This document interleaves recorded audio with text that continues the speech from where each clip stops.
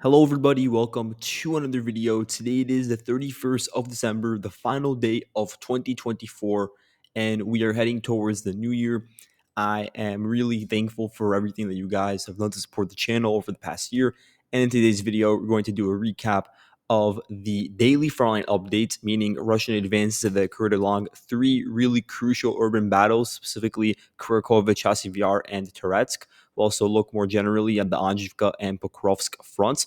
I also do want to just do a quick summary by the end of the video of the yearly events, basically a rundown of everything that's occurred over this past year in terms of territorial gains.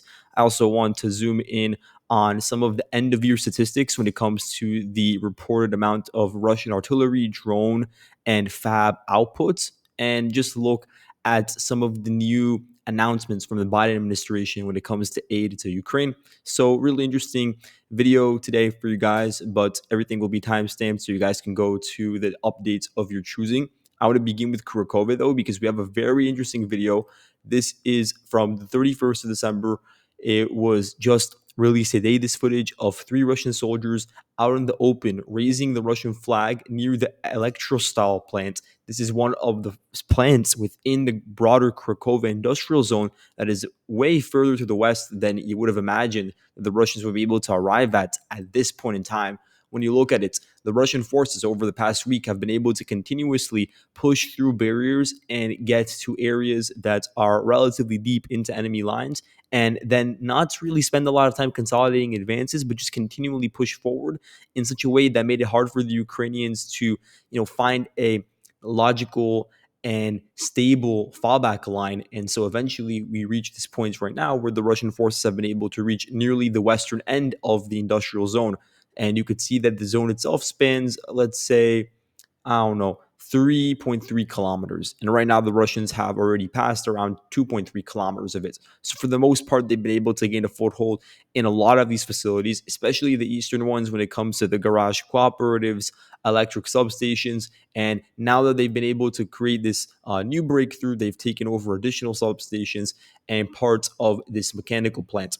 Now, what we don't know for sure yet is what's going on with the thermal power plant. The thermal power plant is located over here, and it is certainly possible that the Ukrainians have withdrawn due to the location of the geolocation here of this Russian video that was released, which was filmed by a Russian drone that was flying above. And the Russian soldiers in the video, they're out in the open raising the flag. So this sort of lend credence to the idea that the area has been cleared of Ukrainian soldiers. But we do need, obviously, more confirmation of this, because you would have imagined that the Ukrainians they would have at least hoped to drag out the fighting within the thermal power plant for a couple more weeks in order to buy time for their forces located westwards in the village of Dakhnia and more generally to the east of Andrivka and Ulakli.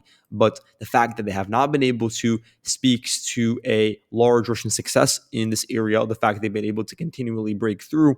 And just last week, we were talking about their success in taking over the western portion of Kurakhove in a relatively quick fashion.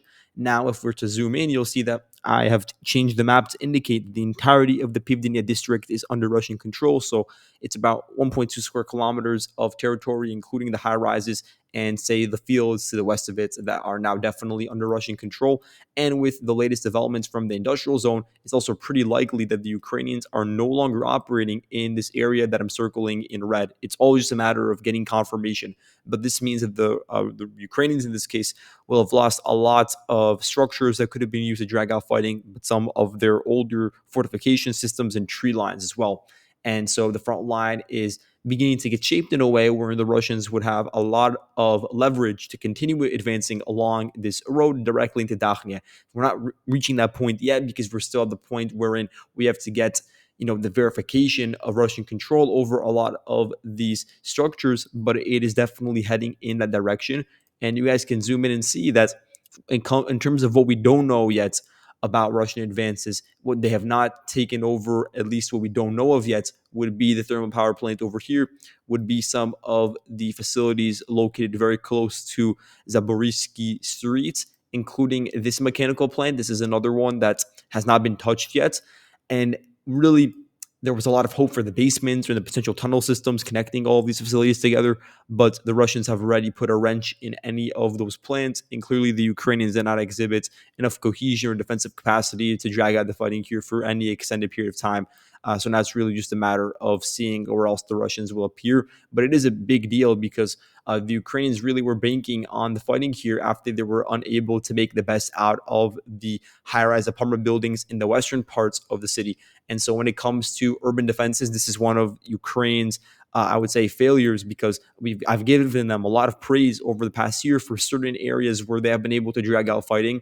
I gave them credit in Toretsk or Chasiv Yar, for instance, and Kupiansk. There's really a huge amount of examples of areas where they have been able to exemplify, best type of urban warfare, where they have been able to treat Russian forces such a degree that has stabilized the front line for months upon months.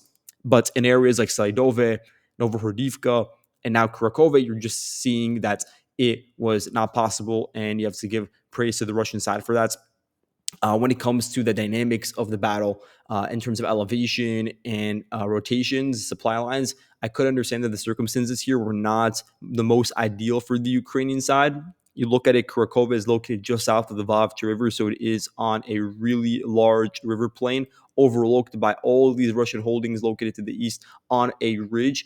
And of course, you also have the Russians putting pressure from the southern flank and having multiple axes through which to enter into the city. You have the direct access from Maximilianivka. You have this other highway that then pushes in from the south. So, of course, there were some issues here that make it, out of the blue in comparison to some of the other urban battles that we've seen unfold in Donbass. But additionally, you'd look at the Ukrainian side and imagine that they would be able to make more out of the high rises in these areas that have very, very strong skeletal structures, these apartment buildings, and then also, of course, the thermal power plants.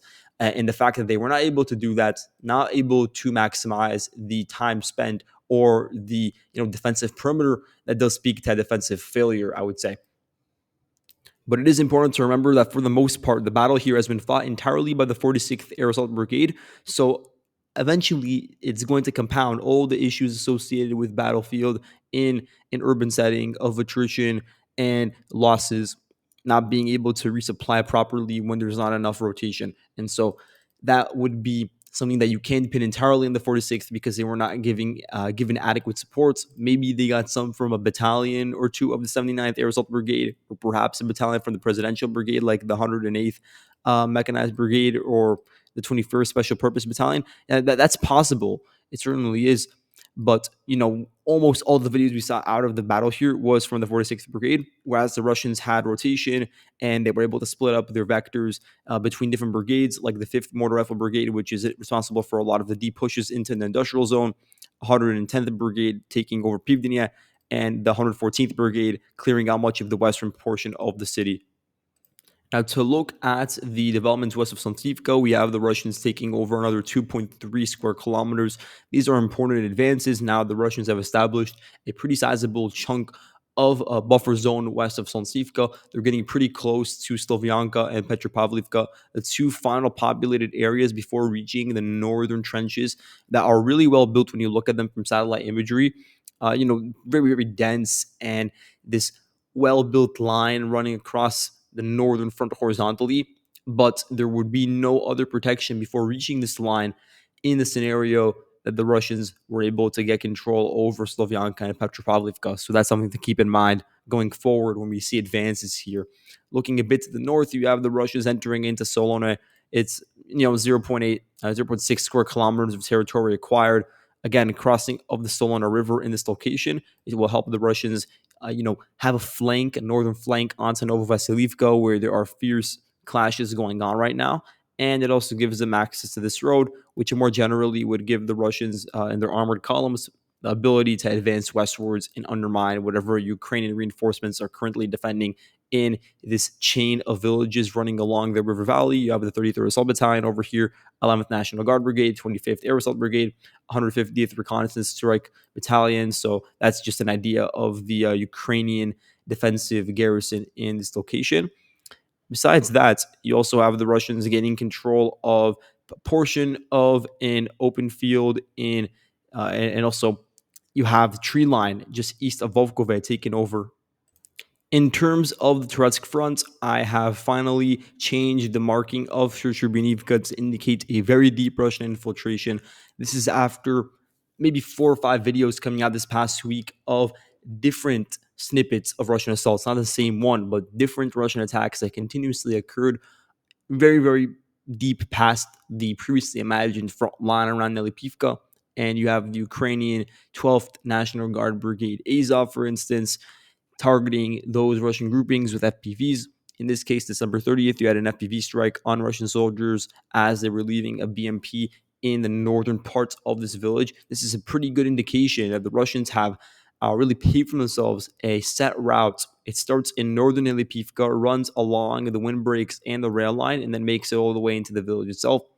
And the Ukrainians, they are not able to stop them in their tracks when they reach areas that are further south. They're only beginning to target them with FPVs and artillery and sometimes direct action from tanks or small arms once they reach areas that are far, far deeper.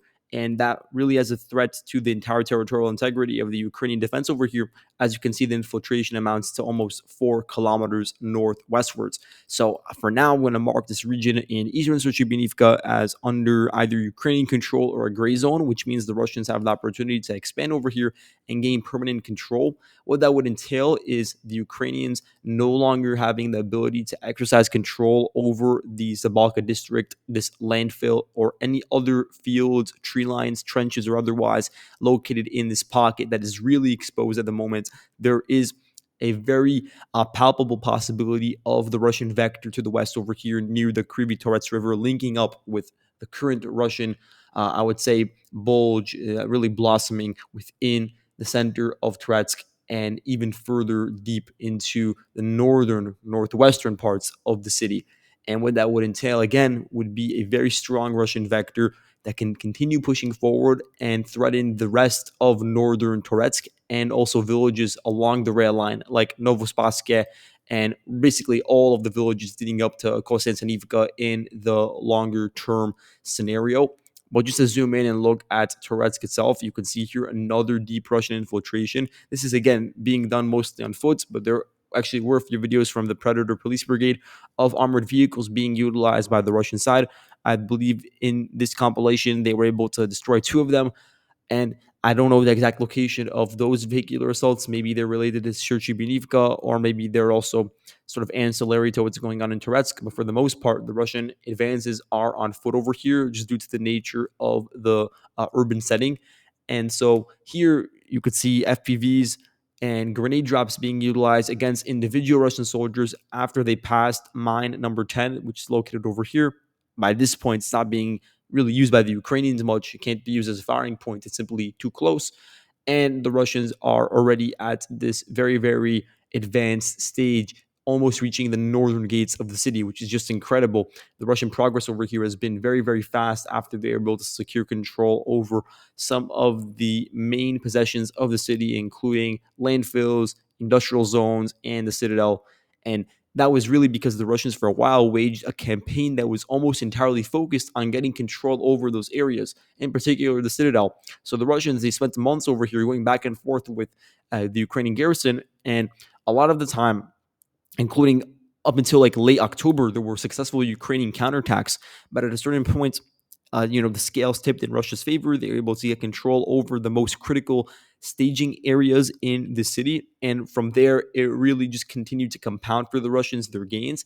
And they reached areas in the city that were less dense, that were actually pretty similar to the suburbs of Toretsk that they took over in the summer period of 2024.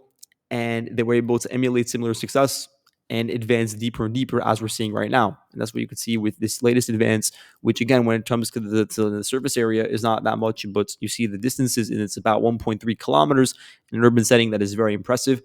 And so now the focus is on dividing and conquering the remaining, portions of the city that have not yet fallen. Now, in regards to Chasiv Yar, we have a geolocation. We previously talked about how the Ukrainians were able to have positional counterattacks push back the Russians from the refractory plant and the Novi district a bit to the south. But at the same time, the Russians have been able to advance in what's referred to as the Severny microdistrict. So that would be this area over here. I'm going over it with this red perimeter. This is the Severny microdistrict. It's an area that is really not talked about much, but I believe it will be now because the Russians have an opportunity to change the course of the battle here. The Ukrainians have been able to front an impressive garrison of forces that have succeeded in dragging out the fighting for a really extended period of time, and it's mainly being done by the 56th and 24th Mechanized Brigades that have been working hand in hand for the past half year or so. But the Russians have now found a weak point, and that's just north of the cluster of high-rise apartment buildings and the refractory plants. It's an area that has just not been covered much in terms of soldiers on the ground. They're just not deployed here as much as would be needed. And so the 98th VDV Division has recently turned their attention to this area to send in small squads, first DRGs and then actual ground soldiers, paratroopers, to push deep. In this case, the extent of the advance at most is 1.4 kilometers westwards. And it is important because you have here the 18th Slavic National Guard Brigade, which is one of the other units recently deployed to this area to assist with the defensive efforts. And remember, this brigade, it has a split presence because it's also operating to a certain degree in the Seversk fronts, but now it's also around here. So on December 27th, that's when the video was released, but only now is geolocated.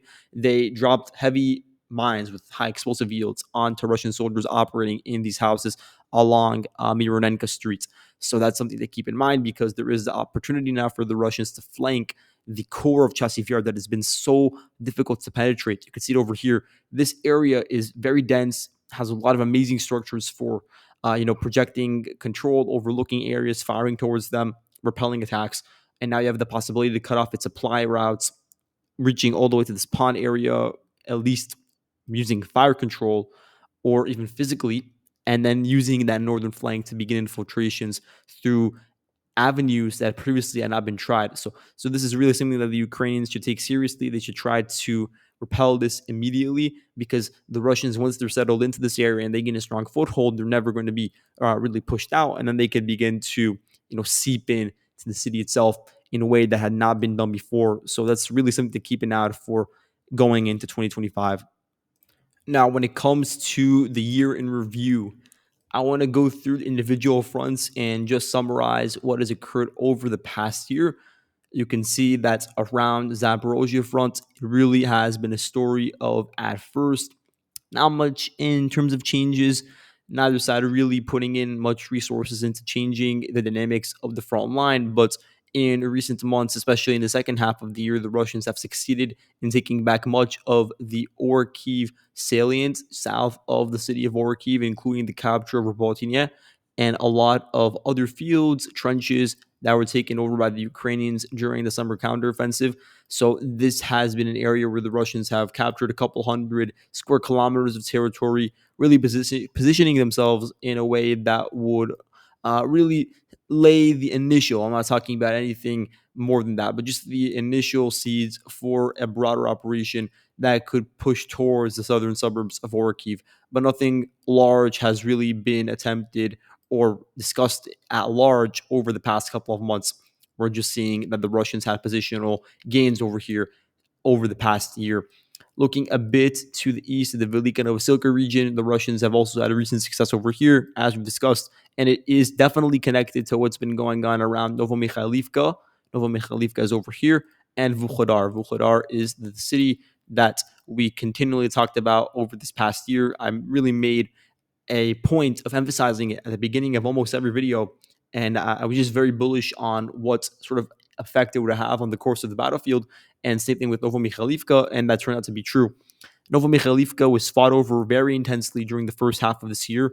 The Russians actually had suffered in terms of vehicles and tanks damaged or destroyed up to 750 of them in this general region that spans between Vuhledar and Novomikhailivka over the past year. So that's just an insane amount. The Russians really did use a huge quantity of armored assets during their fighting in this region, which is understandable because of the layouts, wherein you have huge gaps in between villages that just can't be done on foot entirely. It's too exposed to drone crews, and so it has to be done through these faster paced assaults using large armored columns to overwhelm Ukrainian soldiers in villages or in tree lines.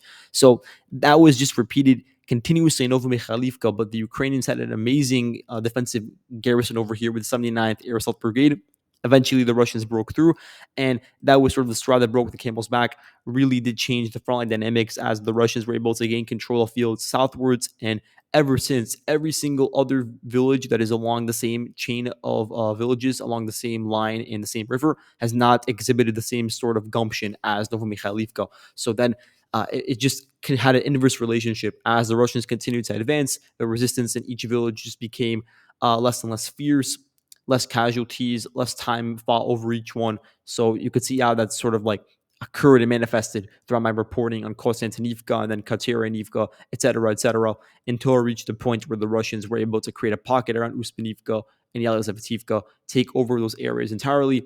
And we know that this has been coupled with the advances post Vuhledar, because the capture of Vuhledar was really good for sort of finding out that the Ukrainians had a lack of depth elsewhere past that city. The Ukrainians really put a lot of emphasis on Vuhledar, and they did not have a contingent scenario afterwards. They did not put a lot of resources into a fallback line, secondary, tertiary, trenches, anti-tank ditches, landmines, all of that. It just was not invested into this area, which I view to be very, very short-sighted. After the Vuhledar capture, the Russians were able to advance at most 26 kilometers northwards, reaching the southern outskirts of Andrivka, as we've talked about, and at the same time opening the eastern flank into Velika Novosilka, reaching Novi Komar to cut it off from the north, Rozdolnya as well. That also gave them the impetus and was able to distract Ukrainians to such a degree that they were able to retake villages like Stormyerske, Makarivka, Storozheve, that had previously been taken over by the Ukrainians during the summer 2023 counter-offensive. So now the Russians have taken back much of the holdings that they lost during that time period, and potentially expanding even more in the scenario wherein they get Velika Novosilka next year. When we zoom in over here on Kurakhove, we can see that the city was taken over. We discussed that. That's really an effect, if we are to look at it, of the Russians getting control of all of Marinka. Let's see when that happened. That was around like, what is this? Say halfway through the year, maybe even before that. But by the spring period, late spring period, the Russians had been able to establish themselves in Marinka, created an amazing buffer zone between the line of contact and Donetsk. And that really streamlined artillery, armored columns that were then able to push deeper into Maximilianivka and then from there into Kurakhove. So that was just a very important development that occurred earlier on in the year. Looking a bit to the north, we had the Russian exploitation that occurred first in Avdiivka, taking over Avdiivka with really that two-pronged attack, with a lot of it coming from the northern flank and then from the southern flank as well, forcing the Ukrainians to withdraw from much of the urban center without any fight. That really did save the Russians a lot when it comes to casualties and attrition rates. And that gave them the momentum needed to then push forward and overrun the next line of Ukrainian defenses in areas from Berdichi to Pivnishnya. The Ukrainians, they had this sort of gradual withdrawal and dragged out fighting all the way until it reached the Vavcha River over here.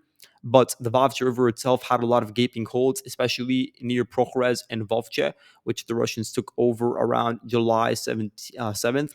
So during the summer period, the Russians, they were able to, just exploit the gaps over here and issues with the Ukrainian rotation and communication between units, cross over this region, and then very quickly storm southwards, flank a lot of the Ukrainian defensive positions and villages that probably were imagined to be safe and on the rear, taking them over throughout the period of July and August, and eventually reach an area near Selidove, near Ukrainsk, near Halitsynivka, and eventually just scavenge through the entirety of the Vavcha River Valley, taking over a lot of really amazing defensive nodes that could have been used in another world to just drag out fighting continuously and make it difficult for the Russians to advance. But because of the northern flank through which the Russians were able to break through, a lot of that would just render it superfluous.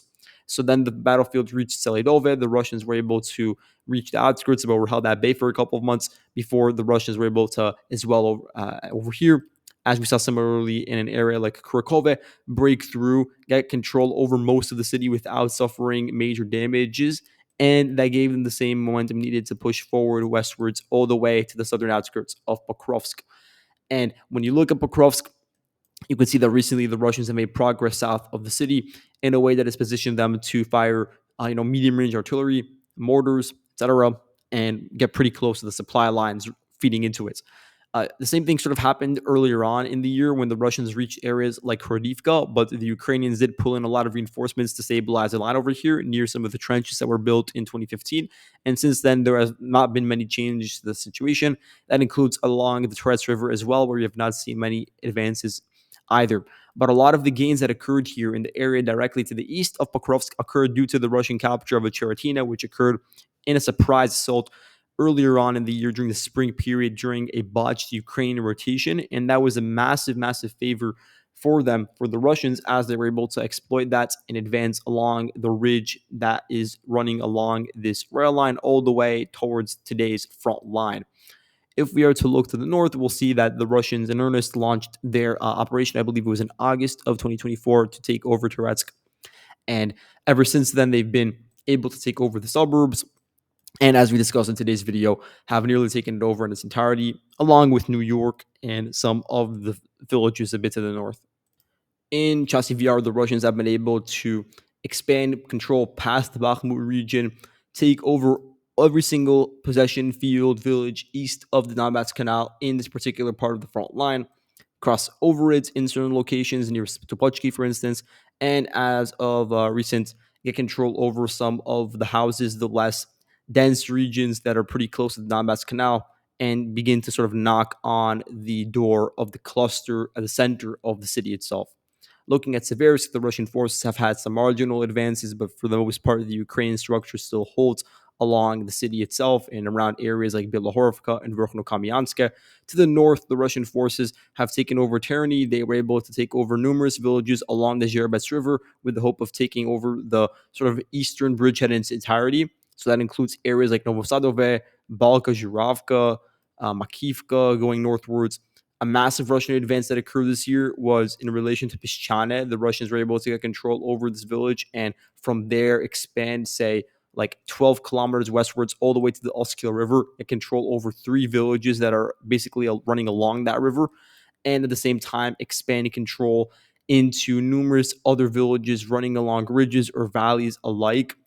And, really undermine Ukraine's integrity of their defenses in this area, reaching all the way southwards in certain locations with their armored penetrations, 12 kilometers southwards towards areas like Kopanki, and as a result are now very close to approaching some of Ukraine's sort of defensive fallback lines on the eastern bank of the Oskila River.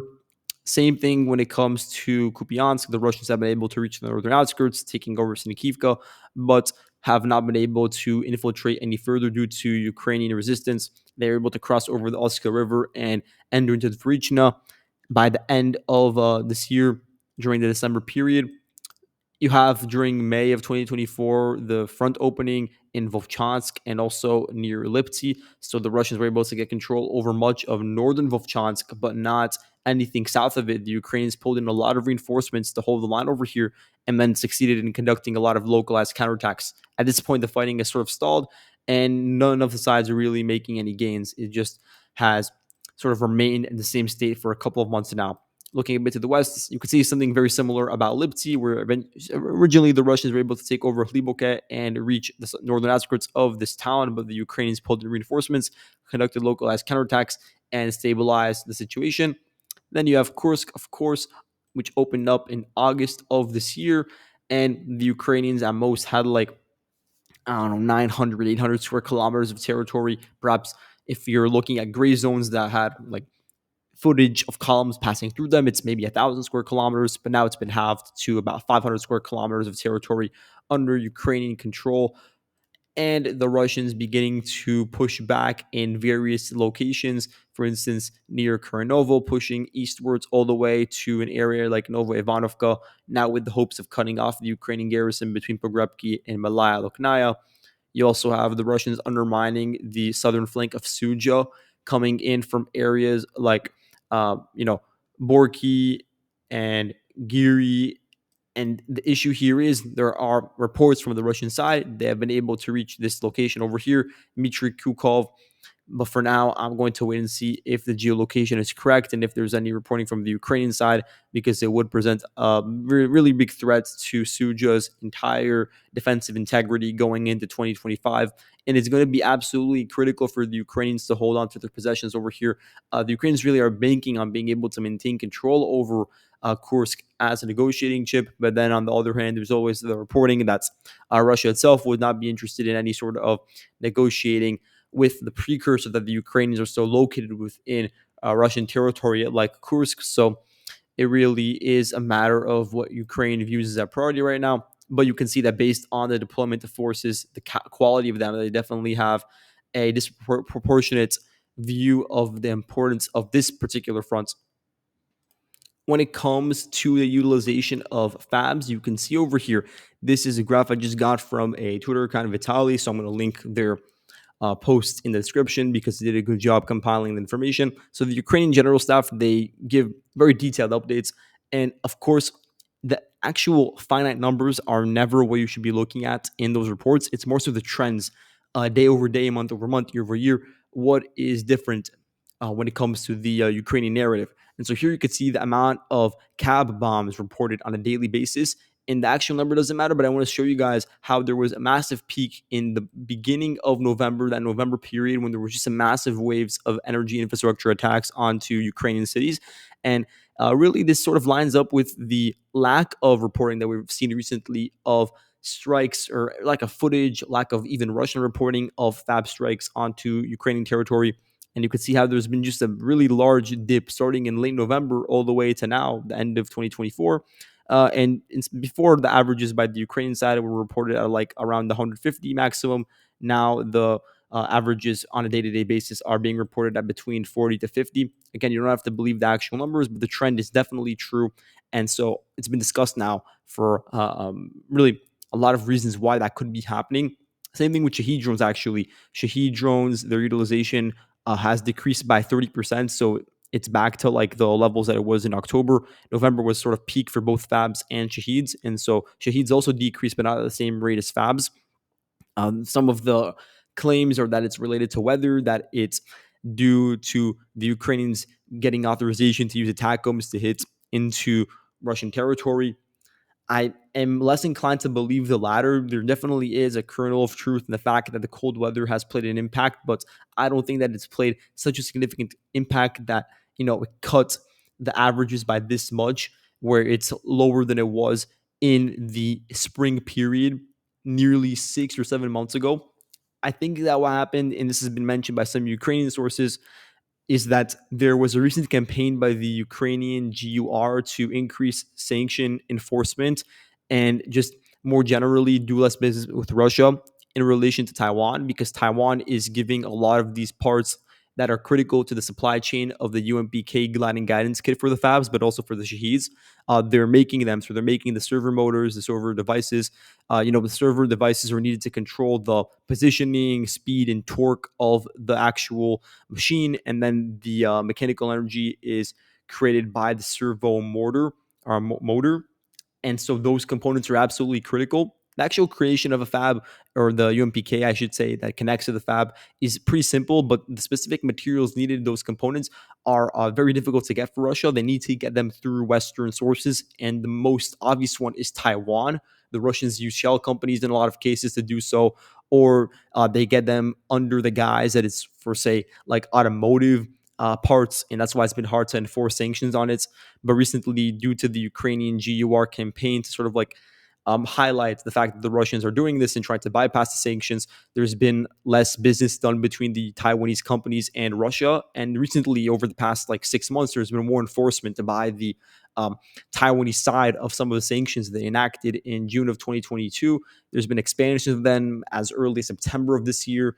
There's been more efforts to try to like reduce the amount of like third party support that the Russians get, because, for instance, there could be a company that buys the parts and then it goes to one country like Turkey or the United Arab Emirates, and then from there makes its way into Russia. So they're trying to clamp down on those third-party transactions. So potentially all of that plays a role, but I also think the cold weather has a significance as well. So we'll see if the Russians are able to change their positioning here and we'll see if that begins to uptake. If it does, then we'll have to see if it's directly related to Taiwan or if the Russians found some sort of other solution.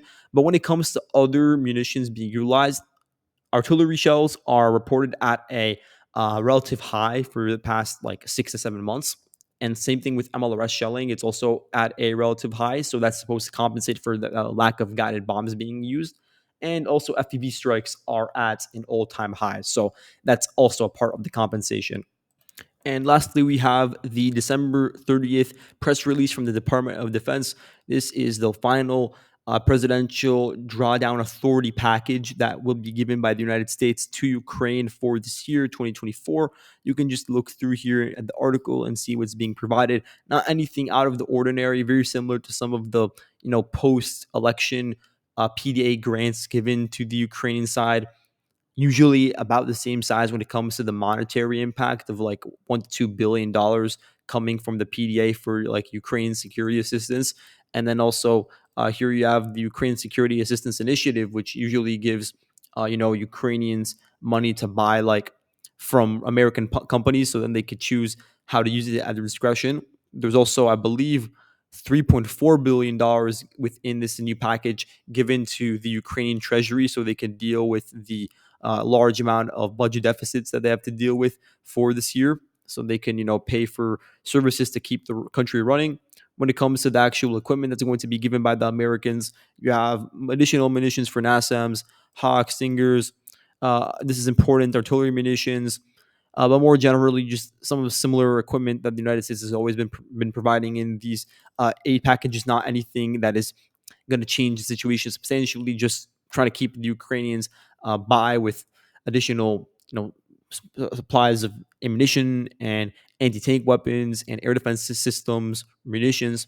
Apparently, the American earlier packages that had like strikers or MRAPs or M113s, like those ones are beginning to arrive right now. So it's not from this most recent package. It's just that the Department of Defense took a couple of months to get all of the vehicles ready, and now they're getting, the Ukrainians are beginning to collect them. So you're going to see a bit of an increase in that when it comes to infantry fighting vehicles being deployed on the battlefield for the Ukrainian side going forward. And Trump said that he's probably not going to cut the aid from the Presidential Drawdown Authority immediately. So whatever's left is probably going to be, provisioned by the Department of Defense even after January 20th and given to the Ukrainians, even if Trump is in principle opposed to aid going forward. That's something that he has to make more clear. But for whatever has already been granted and is in the process of being granted, even after Biden departs office, that's probably going to continue and Trump's not going to stop it. And so that's all for today. It is already 2025 where I'm recording, and as well in Russia and in Ukraine. So happy New Year to all of you guys. Thank you so much for supporting me. I'm really grateful for it. I'll see you guys in the next video. Goodbye.